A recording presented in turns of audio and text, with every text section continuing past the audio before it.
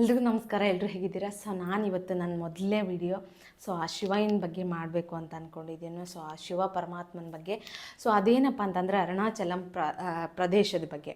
ಅರುಣಾಚಲಂ ಗಿರಿ ಪ್ರದಕ್ಷಿಣ ಅಂತ ಹೇಳ್ಬಿಟ್ಟು ಕೇಳಿದ್ದೀರಾ. ತೆಲುಗಲ್ಲಿ ಒಬ್ಬರು ಚಾಗಂಟಿಯವರು ಅಂತ ಹೇಳ್ಬಿಟ್ಟು ತುಂಬ ಚೆನ್ನಾಗಿ ಪ್ರವಚನ ಹೇಳ್ತಾರೆ ಅರುಣಾಚಲಂ ಪ್ರದೇಶದ ಬಗ್ಗೆ. ಆ ಪ್ರದೇಶ ಯಾವ ರೀತಿ ಫಾರ್ಮ್ ಆಯಿತು, ಅರುಣಾಚಲಂ ಅನ್ನೋದು ಏನಕ್ಕೆ ಫೇಮಸ್ ಆಯಿತು ಅಂತ ಹೇಳ್ಬಿಟ್ಟು ತುಂಬ ಚೆನ್ನಾಗಿ ಹೇಳ್ತಾರೆ. ಆ ಅರುಣಾಚಲಮಲ್ಲಿ ಒಂದು ಸಲ ಕಾಲಿಟ್ಟ ತಕ್ಷಣ ನಾವು ಅಂದ್ಕೊಂಡಿದ್ದಂತೂ ನೆರವೇರದೇ ಇರೋ ಈ ಸಮಸ್ಯೆನೇ ಇಲ್ಲ ಅಂತೆ. ನಾವು ಏನು ಅಂದ್ಕೊಂಡಿರ್ತೀವೋ ಅದು ಖಂಡಿತವಾಗ್ಲೂ ಆಗುತ್ತಂತೆ. ಅದು ಕೂಡ ಗಿರಿ ಪ್ರದಕ್ಷಿಣೆ ಅಂತ ಹೇಳ್ಬಿಟ್ಟು. ಅರುಣಾಚಲಂ ಟೆಂಪಲ್ ಹಿಂದ್ಗಡೆ ಒಂದು ಬೆಟ್ಟ ಇದೆ. ಆ ಬೆಟ್ಟದ ಸುತ್ತ ಸ್ಟಾರ್ಟಿಂಗ್ ಪಾಯಿಂಟಲ್ಲಿ ನಾವು ಸ್ಟಾರ್ಟ್ ಆಗಿ ಎಂಡ್ ಪಾಯಿಂಟಿಗೆ ಬಂದರೆ ಅದೇ ಸ್ಟಾರ್ಟಿಂಗ್ ಪಾಯಿಂಟಲ್ಲಿ ನಿಂತ್ಕೋತೀವಿ. 14 ಕಿಲೋಮೀಟರ್ಸು. ಆ ಗಿರಿ ಪ್ರದಕ್ಷಿಣೆ ಮಾಡಿದ್ರೆ ನಾವು ಅಂದ್ಕೊಂಡಿದ್ದು ಖಂಡಿತವಾಗ್ಲೂ ನೆರವೇರುತ್ತೆ ಅಂತೇಳ್ಬಿಟ್ಟು ತುಂಬ ಜನ ಹೇಳ್ತಾರೆ. ನನಗೂ ಕೂಡ ನಿಜವಾಗ್ಲೂ ನಡೆದಿದೆ. ಶಿವನ ನಂಬ್ಕೊಂಡು ನಾನೊಂದು ಅಂದ್ಕೊಂಡಿದ್ದ ಕೆಲಸ ನೆರವೇರಿದೆ. ಆ ಪ್ರದೇಶ ಯಾವ ರೀತಿ ರೂಪುಗೊಳ್ತು, ಅರುಣಾಚಲಮಲ್ಲಿ ಶಿವ ಯಾವ ರೀತಿ ಶಿವಂಗೆ ಪೂಜೆ ಮಾಡ್ತಾ ಇದ್ದಾರೆ, ಯಾವ ರೀತಿ ಶಿವ ಅಲ್ಲಿ ಉದ್ಭವವಾದ ಅಂತೇಳ್ಬಿಟ್ಟು ಆ ಗಿರಿ ಅನ್ನೋದು ಯಾವ ರೀತಿ ಹುಟ್ಕೊಂತು ಅಲ್ಲಿ ಅಂತೇಳ್ಬಿಟ್ಟು ನಾವಿವತ್ತು ಹೇಳ್ಕೊಳ್ಳೋಣ. ನಾರ್ಮಲಾಗಿ ಯಾವುದೇ ಒಂದು ಬೆಟ್ಟ ಆಗಿರಲಿ ಗುಡ್ಡ ಆಗಿರಲಿ ಯಾವ ರೀತಿ ಫಾರ್ಮ್ ಆಗುತ್ತೆ ನಮಗೆ ತಿಳಿದಿರೋ ನಾಲೆಜ್ ಪ್ರಕಾರ ಅಂತಂದರೆ ಎರಡು ಲ್ಯಾಂಡ್ ಸರ್ಫೇಸಸ್ಸು ಹಿಟ್ಟಾದಾಗ ಹೊಡ್ಕೊಂಡಾಗ ಒಂದು ಬೆಟ್ಟ ಅನ್ನೋದು ಫಾರ್ಮ್ ಆಗುತ್ತೆ. ಅದು ಆ ರೀತಿಯಾಗಿ ಆಗಿರೋದಲ್ಲ. ಸ್ವಯಂ ಅದಕ್ಕಾಗಿ ಅದು ಇದು ಆಗಿರೋದು ಬೆಟ್ಟ ಅನ್ನೋದು.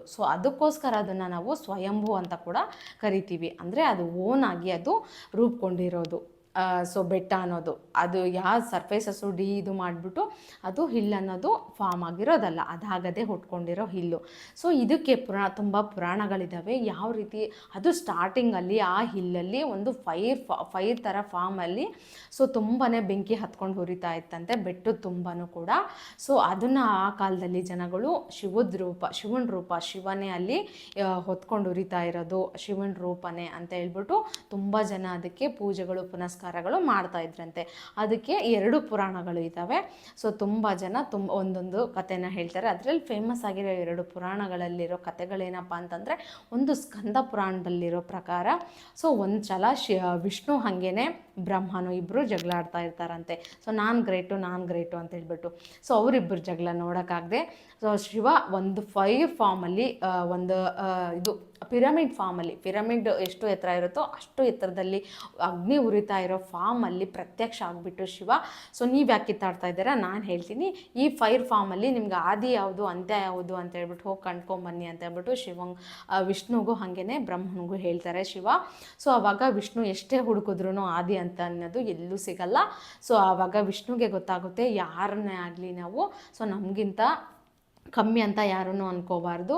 ಅದಕ್ಕೋಸ್ಕರ ನಾನು ಪಶ್ಚಾತ್ತಾಪ ಬಿದ್ದಿದ್ದೀನಿ, ತಪ್ಪಾಯಿತು ಅಂತ ಹೇಳಿದಾಗ ಶಿವ ಅವರನ್ನು ಬ್ಲೆಸ್ ಮಾಡ್ತಾರೆ. ಅದಾದಮೇಲೆ ಬ್ರಹ್ಮ ಬಂದ್ಬಿಟ್ಟು ನಾನೇನಕ್ಕೆ ಕಡಿಮೆ ಅಂತ ಒಪ್ಕೋಬೇಕು, ಇದೇ ಅಂತ್ಯ ಅಂತ ಹೇಳ್ಬಿಟ್ಟು ಸುಳ್ಳು ಹೇಳ್ತಾರಂತೆ ಶಿವಂಗೆ. ಆವಾಗ ಶಿವಂಗೆ ಲಯಕಾರ ಶಿವಂಗೆ ಗೊತ್ತಾಗಲ್ವ ಯಾರೇನು ಹೇಳ್ತಾರೆ ಅಂತ. ಶಿವ ಕಂಡುಹಿಡಿತಾರೆ ಅದು ನೀನು ಹೇಳಿದ ಸುಳ್ಳು, ಅದಕ್ಕೋಸ್ಕರ ನೀನು ಇಡೀ ಭೂಮಿಲಿ ನಿನಗೆ ಎಲ್ಲೂ ಕೂಡ ಪೂಜೆ ಯಾರೂ ಸಲ್ಲಿಸೋದಿಲ್ಲ ಭಕ್ತರು, ನಿನಗೆ ಎಲ್ಲೂ ಕೂಡ ಟೆಂಪಲ್ಸ್ ಅನ್ನೋದು ಇರೋದಿಲ್ಲ ಅಂತ ಹೇಳ್ಬಿಟ್ಟು ಶಾಪ ಕೊಡ್ತಾರೆ. ಅದಕ್ಕೋಸ್ಕರ ನೀವೆಲ್ಲಾದರೂ ಅಬ್ಸರ್ವ್ ಮಾಡಿದರೆ ಬ್ರಹ್ಮನಿಗೆ ಎಲ್ಲೂ ಟೆಂಪಲ್ಗಳಿಲ್ಲ ಇದ್ರೂ ಕೂಡ ತುಂಬಾ ಕಡಿಮೆ ಜನ ಹೋಗೋದು. ಅದು ಶಿವನ ಶಾಪ ಅಂತೆ. ಇನ್ನೊಂದು ಪುರಾಣ ಏನಪ್ಪ ಅಂತಂದರೆ, ನಾರ್ಮಲಾಗಿ ಶಿವನು ಪಾರ್ವತಿನೂ ನಾರ್ಮಲಾಗಿ ಮಾಮೂಲಾಗಿ ಮಾತಾಡೋ ಸಮಯದಲ್ಲಿ ಮಿಸ್ ಆಗಿ ಶಿವನ ಕಣ್ಣನ್ನು ಮುಚ್ತಾರಂತೆ ಪಾರ್ವತಿ.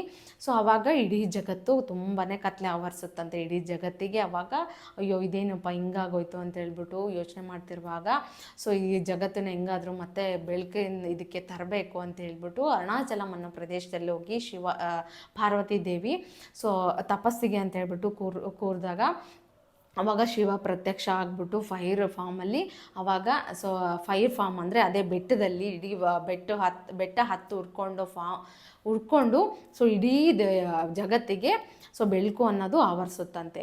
ಆ ರೀತಿಯಾಗಿ ಪ್ರತ್ಯಕ್ಷ ಆಗಿಬಿಟ್ಟು ಇಡೀ ಮತ್ತೆ ಜಗತ್ತಿಗೆ ಬೆಳಕು ಅನ್ನೋದು ಆವರಿಸುತ್ತೆ ಆ ರೀತಿಯಲ್ಲಿ.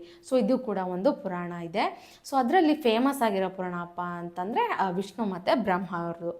ಸೊ ಈ ರೀತಿಯಾಗಿ ಸೊ ಅರುಣಾಚಲಮಲ್ಲಿ ಸೊ ಗಿರಿ ಪ್ರದಕ್ಷಿಣೆ ಗಿರಿ ಪ್ರದಕ್ಷಿಣೆ ಅನ್ನೋದು ಮಾಡಿದ್ರೆ ನಾವು ಆ ಗಿರಿಗೆ ಆ ಬೆಟ್ಟದ ಸುತ್ತ ಪ್ರದಕ್ಷಿಣೆ ಮಾಡಿದರೆ ನಾವು ಅಂದ್ಕೊಂಡಿದ್ದು ಖಂಡಿತವಾಗ್ಲೂ ನೆರವೇರುತ್ತಂತೆ. ನಾವು ಆ ಪ್ರದೇಶದಲ್ಲಿ ಹೋಗಿ ಏನಾದರೂ ಒಂದು ಸಮಸ್ಯೆಗೆ ಸಿಕ್ಕಾಕೊಂಡಾಗ ನಾವು ಶಿವ ಕಾಪಾಡಪ್ಪ ಅಂತ ನಾನು ಪರೀಕ್ಷೆ ಮಾಡಿಲ್ಲ, ಏನಾದರೂ ಒಂದು ಸಮಸ್ಯೆ ಬಂದಾಗ ದೇವ್ರನ್ನ ಬೇಡ್ಕೊಳ್ತಾರಲ್ವ. ನೀವು ಅಬ್ಸರ್ವ್ ಮಾಡಿ ಬೇಕಾದರೆ ಏನಾದರೂ ಸಮಸ್ಯೆ ಏನಾದ್ರು ಬಂದಾಗ ಒಂದು ವೇಳೆ ಆ ಶಿವನ್ನ ಬೇಡ್ಕೊಳ್ಳಿ, ನೀವು ಖಂಡಿತವಾಗ್ಲೂ ಯಾವುದೋ ಒಂದು ರೂಪದಲ್ಲಿ ಹೆಲ್ಪ್ ಮಾಡ್ತಾರೆ. ನನಗೂ ಕೂಡ ನಡೆದಿದೆ ಆ ರೀತಿ. ಸೊ ಆ ರೀತಿಯಾಗಿ ಸೊ ಆ ಅರುಣಾಚಲಂ ಪ್ರದೇಶ ಅನ್ನೋದು ಉತ್ಪತ್ತಿಯಾಗಿರೋದು, ಬೆಟ್ಟ ಅನ್ನೋದು. ಸೊ ನಮಗೆ ತಿಳಿದಿರೋ ನಾಲೆಡ್ಜ್ ಪ್ರಕಾರ ಸೊ ಇಡೀ ನಮ್ಮ ಪ್ರಪಂಚದ ಮೇಲೆ ಅತಿ ಪುರಾತನವಾದ ಬೆಟ್ಟ ಗುಡ್ಡಗಳಪ್ಪ ಏನಪ್ಪ ಅಂತಂದರೆ ಸೊ ಹಿಮಾಲಯ ಪರ್ವತಗಳು ಅಂತ ಹೇಳ್ತಾರೆ.